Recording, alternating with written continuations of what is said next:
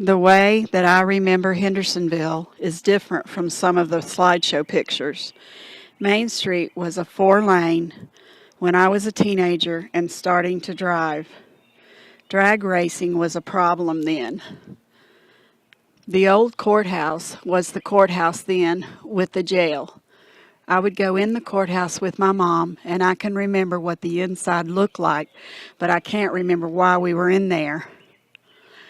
Mass General Store was not on Main Street, but Belk's and JCPenney's was, but on the other side of the street and maybe a block down. And my mom took me to the dentist at the end of the block where a bank used to be.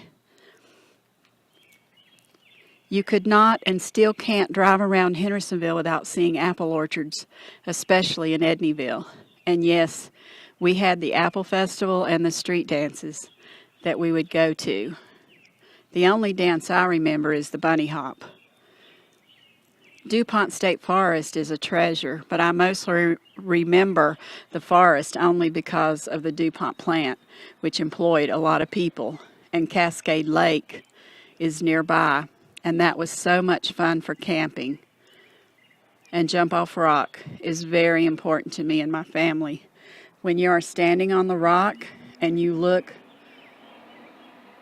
over to the right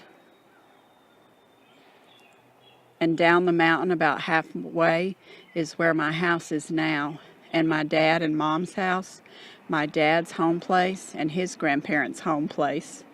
And yes, there's a local legend about Jump Off Rock having to do with an Indian girl jumping off. I wish my grandmother was here. She can tell the story better than I can remember it. The curb market seemed like a lot of old people then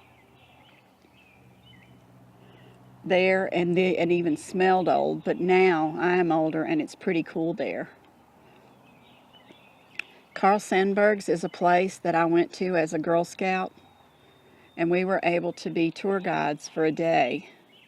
I recently went to Carl Sandburg's with 2 little boys that I used to take care of and their grandmother, and it's quite a hike up the hill, and we didn't go in the house, but the goats are a lot of fun to go in and see. There's a new baby